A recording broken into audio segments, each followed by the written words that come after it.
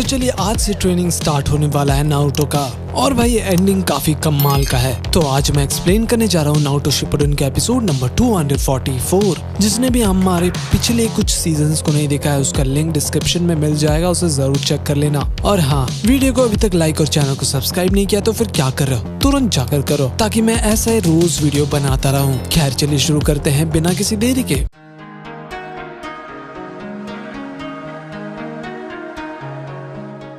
तो एपिसोड के स्टार्टिंग में नारुतो कहता है कि मैं उसे कैसे हराऊंगा। मोतो ही कहते हैं कि वो तो मुझे भी नहीं पता।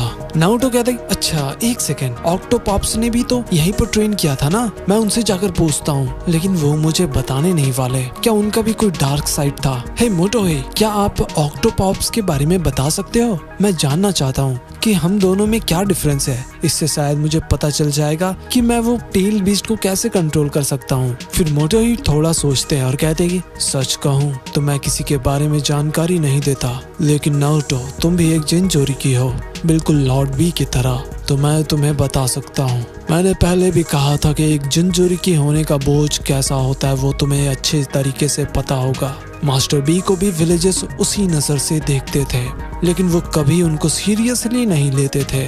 वो बिल्कुल अपने धुन में रहते और उनको जिनचोरी होने पर गर्व था, थैंक्स उसके बड़े भाई का लॉर्ड राइकागे। बहुत समय से जिनचोरी को चुना जाता है जो 5 कागे का कोई रिश्तेदार होना चाहिए, जैसे कि उसका भाई या बहन या बीवी। एक जिनचोरी के पास अल्टीमेट पावर होता है कागे को प्रोटेक्ट करने का। मुझे लगता है कि लॉर्ड बी शानदार जिनचोरी है जो लॉर्ड राइकागे को प्रोटेक्ट कर सकते हैं, और ये वाटरफॉल वाला चैलेंज उन्होंने तो बस एक चुटकी में कंप्लीट कर दिया था। वो मेरी आंखों में एक सच्चे हीरो है। यामाटो कहते ही मास्टर बी जरूर एक अच्छा इंसान होंगे और तुम भी। नारुतो कहते ही हाँ मैं समझ गया, तो क्या आप जाकर लॉर्ड बी से बात करके मनाओ कि वो मुझे ट्रेन करे। मोटो ही कहते ही मुझे माफ करना, ये मैं नहीं कर सकता, मैं इस काबिल नहीं हूँ, क्योंकि एक समय था जब मैं उन्हें मारना चाहता था। ये सुनकर तो दोनों लोग चौंक जाते हैं। फिर नारुतो कहते हैं लेकिन क्यों, आपने तो कहा कि आप उनकी रिस्पेक्ट करते हो। यामाटो भी कहते हैं इसके पीछे जरूर कुछ एक्सप्लेनेशन होगा। वेल ये तो हमारा काम है, मोतो ही क्यों बताएगा। खैर फिर मोतो ही कहते हैं कि वेल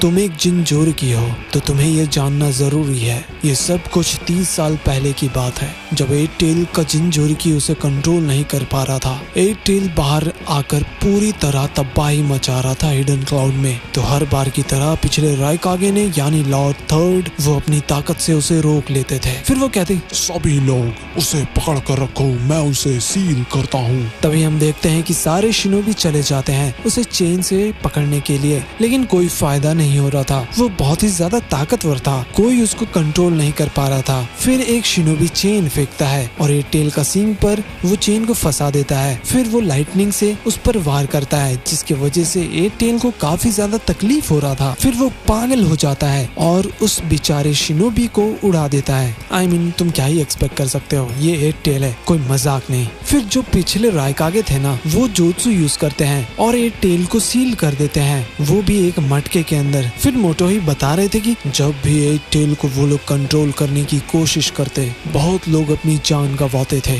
हालांकि इतने रिस्क के बाद भी उनको कोई ना कोई तरीका ढूंढना ही था ताकि वो 8 टेल को कंट्रोल करके नेशन के बीच बैलेंस बना सके। तो ये जिनचोरी का एक्सपेरिमेंट चलता रहा और इसके वजह से बहुत लोग मारे गए और उनमें से मेरे फादर भी थे। यामाटो कहते तो तुमने मास्टर बी के वजह से उन्हें मारना चाहा। मोटो ही कहते ऐसा नहीं है, मास्टर बी और मैं दोनों करीब दोस्त थे। फिर हम देखते हैं जब दोनों बड़े मजे से निशानेबाजी कर रहे थे, तभी कुछ शिनोबीज आते हैं और लॉर्ड बी को वापस घर लेकर चले जाते हैं। फिर मोटो ही बता रहे थे कि जो जिनचोरी था वो जिंदा नहीं बचा एक्सट्रैक्शन के प्रोसेस में। बेचारे मोटो ही तो अकेले हो चुके थे। फिर कुछ दिन बाद हम देखते कि मास्टर बी आते हैं फूल लेकर मोटो ही के पास, लेकिन वो वहाँ से बिना बात करे चले जाते हैं। फिर मोटो ही बताते हैं कि और उस इंसिडेंट के बाद उन्हें एक जिनचोरी चुना गया। यामाटो कहते लेकिन क्यों, आखिर क्यों तुम मास्टर बी को मारना चाहते थे। मोटो ही कहता है कि मुझे नहीं लगा था कि कोई 8 टेल को कंट्रोल कर पाएगा और लोग ऐसे ही मरते रहेंगे। मेरा नफरत बढ़ता ही गया एट टेल के प्रति। मैं बस उसे बदला लेना चाहता था। फिर हम देखते हैं जब मोटोही एक काला कपड़ा पहनकर जा रहे थे एट टेल का काम खत्म करने के लिए, यानी अपने लॉर्ड बी का। वहीं अपने लॉर्ड बी फुल मजे में आ रहे थे रैप करते करते। मोटोही बता रहे थे कि मास्टर बी हमेशा हंसते रहते थे। मुझे उनसे और भी ज्यादा नफरत होने लगा क्योंकि उन्हें कोई फर्क नहीं पड़ रहा था। मेरा नफरत एट टेल से शिफ्ट होकर मास्टर पर शिफ्ट हो गया। मुझे लगा था अगर मैं मास्टर बी को खत्म कर दूं तो एट टेल भी खत्म हो जाएगा। ये सुनकर दोनों यामाटो और नारुतो चौंक गए थे। फिर हम देखते हैं मोटोही अटैक करने के लिए चला जाता है, लेकिन लॉर्ड बी पीछे मुड़ते हैं और वो कुनाई पानी में चला जाता है और उसे देखकर लॉर्ड बी अपना हाथ आगे बढ़ाते हैं। हालांकि मोटोही वहाँ से भाग जाता है। फिर मोटोही कहता है कि मैंने उन पर पीछे से वार किया, लेकिन जब मैं फेल हो गया तो मैं तुरंत वहाँ से भाग गया। मैंने मास्क लगाया था, लेकिन मुझे लगता है कि उन्होंने मुझे पहचान लिया था, इसलिए मैंने उनसे बात करना बंद कर दिया। यामाटो कहती उतना होने के बाद भी तुम मास्टर बी की रिस्पेक्ट करते हो, आखिर क्यों? हाँ, मोटोही बोलता है कि मेरा नफरत सिर्फ एक दिन में खत्म नहीं हुआ, मैं उनका हमेशा पीछा करता। हालांकि मैं सिर्फ अकेला नहीं था, विलेज के लोग भी उस पर नजर रखते। फिर हम देखते हैं जब सभी लोग लॉर्ड बी पर अंडा फेंकते हैं। ये बहुत ही गलत बात है। इतना तो नारुतो के साथ भी नहीं हुआ, लेकिन फिर भी वो बिना कुछ कहे हंसते हुए रैप करते हुए आगे बढ़ रहे थे।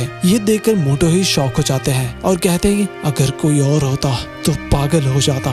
फिर मुझे समझ आ गया उनका दर्द मेरे से भी ज्यादा है। फिर यामाटो कहते हैं कि तो तुम हमें ये सब क्यों बता रहे हो? मोटोही बोलते हैं मुझे ये सब मास्टर बी को कहना चाहिए, लेकिन मैं नारुतो को इसलिए बता रहा हूँ क्योंकि वो भी एक जिंजोरकी है। मैं एक दिन उनको भी जरूर ये बात बताऊंगा, लेकिन पता नहीं कब। फिर नारुतो को मन में वही इविल वाला वर्जन का आवाज आ रहा था, तो नारुतो वहाँ से चला जाता है। वो लोग रोकते भी है, लेकिन वो सुनता नहीं है। थोड़ी देर बाद हम देखते हैं कि वो समुद्र के किनारे बैठा हुआ था और याद कर रहा था कि कैसे बचपन में वो लोग उससे नफरत करते थे, लेकिन पेन को हराने के बाद सभी लोग उससे प्यार करने लगे। और जब गारा को भी लोग हेट करते थे, लेकिन एक टाइम के बाद उसे भी लोग इज्जत देने लगे। फिर नारुतो कहता है बहुत लोग ऑक्टोपॉप्स को भी इज्जत देते हैं और गारा काज़ेकागे बन चुका है, लोग उसे भी बहुत रिस्पेक्ट देते हैं और मेरे पास इरुका सेंसेई और कॉमरेड्स है। फिर वो इविल वाला नारुतो का बात याद आने लगता है। ये सोचकर नारुतो कहता है मैंने कभी नहीं सोचा था, लेकिन हाँ, मेरे दिल के किसी कोने में नफरत तो है। मुझे अब भी भरोसा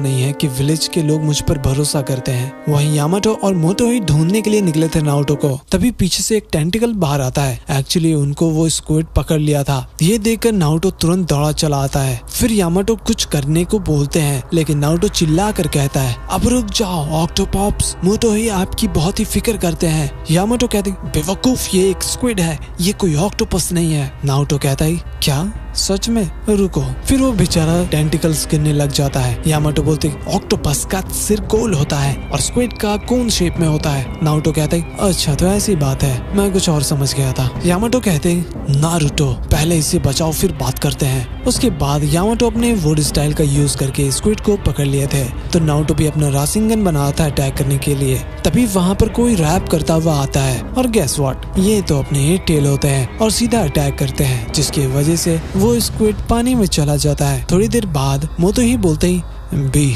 तुमने मुझे क्यों बचाया? आपको पता है ना मास्टर बी कि मैंने आपको मारने की कोशिश की थी और उसके बाद भी। फिर लॉर्ड भी कहते हैं वेल मुझे तो याद नहीं तुम किस बारे में बात कर रहे हो, मुझे तो बस इतना याद है कि हम कैसे मजे करते थे, साथ में ट्रेनिंग भी करते थे। ये सुनकर मोटोही तो शॉक हो जाते हैं। फिर वो दोनों अपना हाथ मिला लेते हैं और सुलह हो जाता है दोनों का। ये देखकर अपना नारुतो बहुत ही खुश था। तो भाई ये एपिसोड तो यहीं पर खत्म होता है, लेकिन कल आने वाला है अपना 9 टेल्स। तो जो भी अगले एपिसोड को देखना चाहता है इस वीडियो को लाइक और चैनल को सब्सक्राइब जरूर कर लेना। और हाँ, हमारे दूसरे चैनल इंस्टाग्राम को भी जरूर फॉलो कर लेना, उसका लिंक डिस्क्रिप्शन में दिया हुआ है। खैर मिलते हैं अगले एपिसोड में, तब तक के लिए बाय बाय।